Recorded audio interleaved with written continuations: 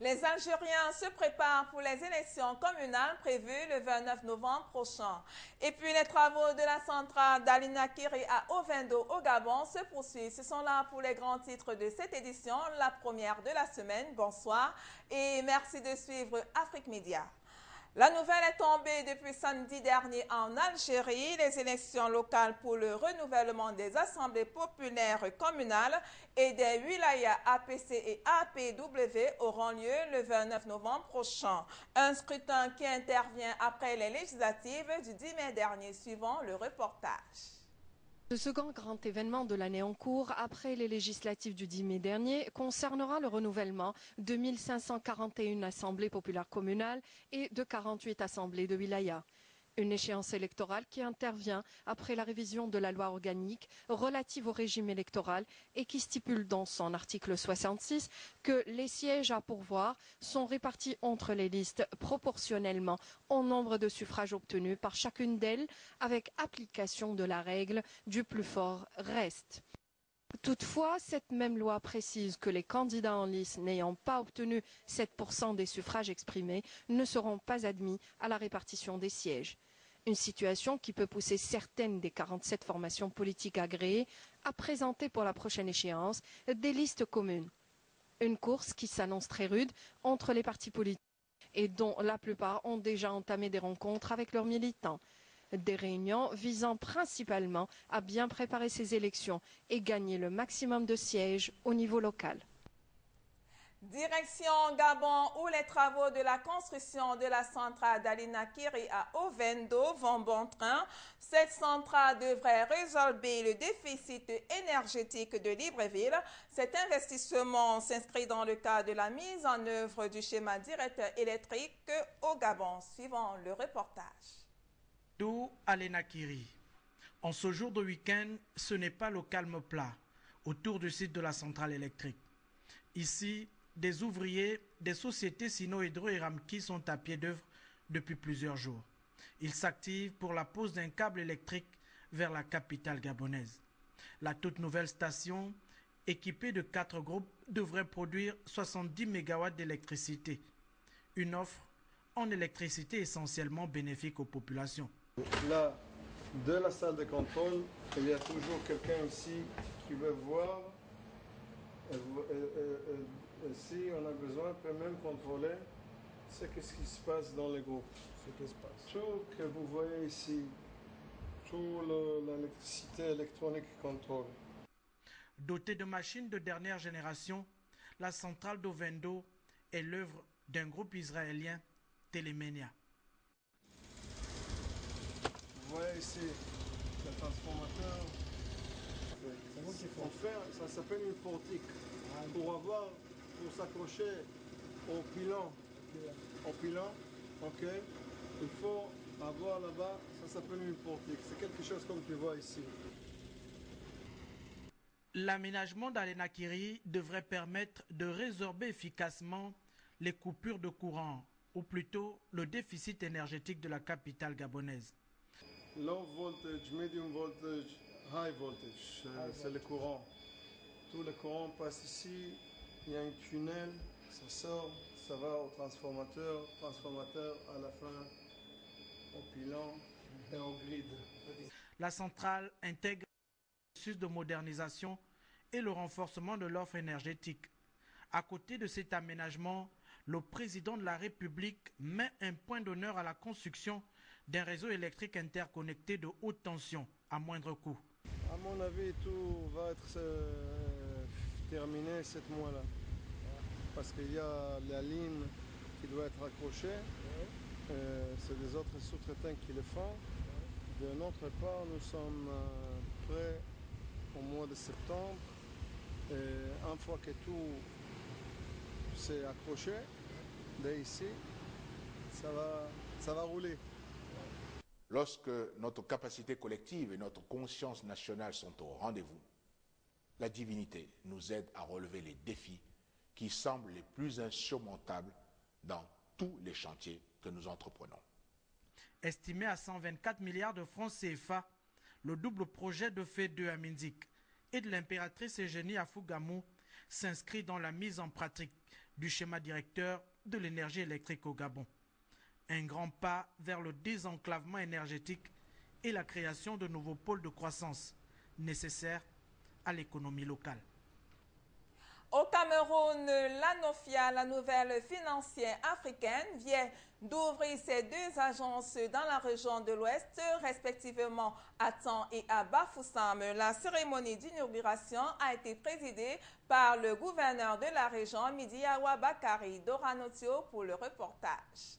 La nouvelle financière africaine NOFIA, un établissement de microfinance de deuxième catégorie, autorisé par l'agrément numéro 00222/Minefi du 15 octobre 2009 et la COBAC numéro D-2009/117 du 30 juin 2009. Après ces agences de Douala et de Yaoundé, le cap vient d'être mis à l'ouest du pays où deux nouvelles agences viennent de voir le jour respectivement à Tchang et à Bafoussam. Le président du conseil d'administration, l'honorable Manfo David, a saisi cette occasion pour rassurer les populations du bon fonctionnement de celle-ci et de sa participation à la réduction du chômage qui est une priorité des grandes réalisations du chef de l'État Paul Biya. Nous voulons absolument aider le président de la République dans sa politique de grandes réalisations en apportant ce qu'il faut à chacun des Camerounais, là où il se trouve, notre appui financier pour la réalisation de petits projets qui va booster le développement de notre pays. Ils ont apporté plein d'emplois dans le littoral, plein d'emplois au centre, plein d'emplois à l'extrême nord, plein d'emplois. Cette action de la NOFIA est l'œuvre de 685 personnes qui ont eu la volonté de résoudre le problème d'emploi des jeunes qui se pose dans notre société. L'ouverture des agences de l'Ouest permettra ainsi aux habitants de cette localité environ de sécuriser leur épargne et de bénéficier des crédits de tout ordre. Depuis l'ouverture de la première agence de Bonanjo à Douala en 2009, la NOFIA compte aujourd'hui 7500 clients. Ici, nous avons eu la bénédiction de Dieu. Et comme hier, nous avons demandé les ouvertures de compte. Curieusement, sur place, hier à Tchang, nous avons enregistré environ 125 clients. Aujourd'hui, vous avez dû le constater là au guichet, les gens sont en train d'ouvrir les comptes. Donc, mon sentiment est très positif. Tout se passe très bien. Merci. Le gouvernement de la région de l'Ouest, Midiawa Bakari, a salué cette initiative louable pour la population et a prié le Très-Haut de leur venir en aide pour que de tels projets aillent aussi plus loin, tout en procédant également à la coupure du ruban symbolique. Après la décision des pouvoirs publics en Algérie d'exonérer les professionnels de la filière avicole des droits de douane et des TVA, notamment pour le soja et le maïs, les agriculteurs respirent et ont décidé d'ailleurs de prendre un nouveau départ. Le point avec Canal Algérie. Décidé tout récemment, les mesures prises par le département de l'agriculture pour encourager la filière avicole font l'objet de rencontres d'explications. C'est le cas dans la wilaya de Mascara, où les professionnels sont venus s'enquérir de ces nouveaux avantages.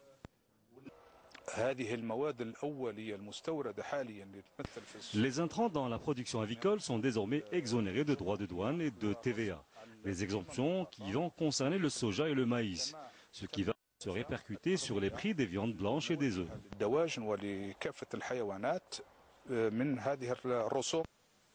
Beaucoup d'agriculteurs se plaignaient déjà et parlaient de crise dans la filière. Avant, dans cette localité de Nsmet, il y avait 54 batteries de production avicole qui alimentaient 5 wilayas de la région. Aujourd'hui, avec tous les problèmes du secteur, il n'en reste que 3. Les décisions prises par les pouvoirs publics tombent à point nommé. Les exemptions de taxes sont une véritable bouée de sauvetage pour les professionnels de l'aviculture. 17% plus 5%, cela fait 22% de réduction, ce qui influera sur l'appareil de production. Maintenant, c'est à nous, les professionnels et éleveurs, de nous organiser pour bénéficier de ces mesures. Et nous pouvons aussi bénéficier à l'avenir d'autres avantages, c'est ce qu'a promis en tout cas le ministre de l'Agriculture. Cette fois-ci donc, la balle est dans le camp des éleveurs de volailles, tenus de réguler le marché et de mettre à la disposition du consommateur des produits avicoles à des prix raisonnables. Autre volet de cette édition, à Madagascar, les responsables et les partenaires techniques du secteur de transport ont tenu pendant 2 jours un atelier national sur le transport aérien. Cet atelier vise à établir un plan d'action pouvant conduire à un espace aérien. Suivons les détails. Le secteur du transport aérien malgache commence à trouver le bout du tunnel après le coup de fouet de la Commission de la sécurité aérienne européenne. Le directeur général de l'aviation civile de Madagascar, Robert Razaf, a annoncé la bonne nouvelle en pleine réunion de tous les partenaires techniques du secteur aérien. Nouvelle amplifiée par le ministre du Transport Ramanatsu, Benjamin Marcel. Bien, on est en mesure de déclarer maintenant, d'après le directeur général de l'ACM, que Madagascar est sorti, donc l'ACM malgache est sorti de cette liste MARV. Donc pour qu'on n'ait plus à avoir des problèmes pareils dans le futur, eh bien le ministère a jugé utile tout de suite de lancer un atelier pour qu'on puisse sortir des plans d'action qui feraient de notre espace aérien un espace aérien sécurisé, qui ferait de nos aéroports aussi des aéroports sûrs et sécurisés, qui ferait de nos compagnies de transport aérien comme Air Madagascar ou bien des autres services, des organismes vraiment professionnels qui seraient à la hauteur des exigences en matière de sécurité, mais en matière de sûreté aussi, des exigences internationales actuellement. Concernant le sort des 2 Boeing 767 de la compagnie Air Madagascar encore classés dans la liste annexe B de la Commission de la sécurité aérienne européenne, vu les efforts des techniciens pour le redressement de ce secteur, le monde du transport aérien malgache est optimiste au résultat de l'enquête d'évaluation tenue par la Commission de sécurité européenne. Les 2 jours de concertation ici à l'hôtel de terme de la ville d'Eau entre les secrétaires généraux, directeurs généraux de l'industrie aéronautique malgache devraient sortir un plan d'action nécessaire à la réforme du secteur aérien après la levée. Dans la plupart des pays africains, c'est déjà la rentrée scolaire 2012-2013. Au Gabon, plus précisément à Franceville, s'est tenu un séminaire de formation multidimensionnelle sous le thème « Système éducatif performant ». Le compte rendu avec Gabon Télévision. La journée du lundi 27 août a été marquée par le démarrage de la 3e édition du séminaire de formation multidimensionnelle et d'échange organisé par le ministère de l'Éducation nationale. Pour le compte de la province du Haut-Ogooué, c'est le directeur académique provincial Gaston Kantoubou qui a procédé au lancement officiel du dit séminaire. Se basant sur le sérieux, le respect et l'assiduité, le directeur académique provincial de la province du Haut-Ogooué a invité ses collaborateurs et collègues à considérer ce séminaire comme l'une des attentes des États généraux de l'éducation nationale. Et nous avons été surpris de voir agréablement, j'allais dire, de voir une assistance nombreuse, pour la simple raison que nous avons fait l'effort à notre niveau, au niveau organisationnel, de communiquer, de passer l'information par tous les canaux de communication dont nous pouvions disposer. Au cours de cette séance d'ouverture, nous avons interpellé les participants à plus d'assiduité, à beaucoup de rigueur et surtout de suivi dans les travaux qui vont être faits, dans les enseignements qui vont être dispensés, parce que je leur ai rappelé que le gouvernement avait investi beaucoup de moyens, tant physiques, moraux que financiers. Un système éducatif performant, tel est le thème choisi pour cette 3e édition. Ainsi, les chefs des établissements, leurs adjoints et les personnels d'encadrement seront édifiés durant 3 jours sur des modules suivants. L'appropriation de la loi d'orientation, une école performante, une classe performante, un enseignant performant et l'élève performant. La présentation du premier module qui était essentiellement axé sur la nouvelle loi d'orientation, notamment les différents titres de cette loi d'orientation-là, qui vient remplacer l'ancienne loi d'orientation qui datait de 1966. Et le deuxième module a été essentiellement des travaux en atelier. Le module avait pour intitulé général les clés d'un système éducatif performant fondé sur le capital humain. Et il fallait donc réfléchir pour savoir comment avoir un système éducatif. L'association Bonso pour le développement et l'honorable Manfo David ont fait des dons de différentes natures aux populations de Banzi, Badenga, Bangueyala, dans l'arrondissement de Batiam, une initiative qui rentre dans le cadre du développement de la communauté Batiam. Plus de détails avec Dora Notio. La Fondation Manfo David et l'association Bonso ont encore effectué une descente sur le terrain dans le cadre d'appui au développement communautaire de l'arrondissement de Batiam. Célébrant ainsi leur quinquennat, ces deux associations ont commencé leur périple dans le groupement bâti qui, sur le plan historique, est le landerneau socio-ethnique d'Engiembor, la langue officielle de l'arrondissement de Batiam. Puis s'en est suivi le groupement Bandengan, Bagela et Bamemboro, où ils ont tour à tour remis les tôles, lattes, sable, ciment et autres nécessaires pour la construction des foyers communautaires des 10 lieux. Vous le remarquez vous-même, tout cela a pour dénominateur commun le développement. Et ça rejoint donc l'objet même de mon mandat. Député pour le développement. Et le mariage avec Bonso aura été fait pour le développement, pour booster le développement. C'est pour cela que ce soit un micro-projet parlementaire isolé ou un projet avec Bonso, c'est toujours pour le développement. Nous tôlons des salles, des bâtiments de classe entiers. Nous tôlons des foyers entiers. Nous essayons d'apporter la lumière. Nous essayons d'apporter tout ce qui est pour booster le développement. Ces deux associations ont bouclé leur tournée par les visites de plusieurs autres chantiers dans le groupement Bangan. À chaque arrêt, les populations n'ont pas caché leurs sentiments. Les populations et moi sommes très heureuses de recevoir ces dons.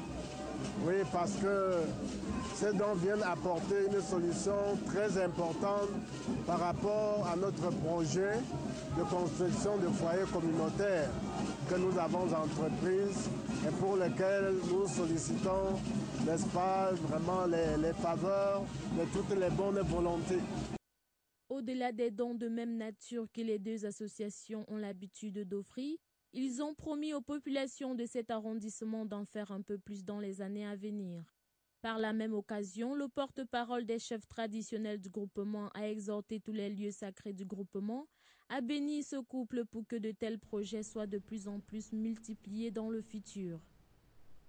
Voilà, c'est ici que prend fin cette édition d'Info Afrique. Merci de l'avoir suivi. L'information, c'est sur Afrique Média.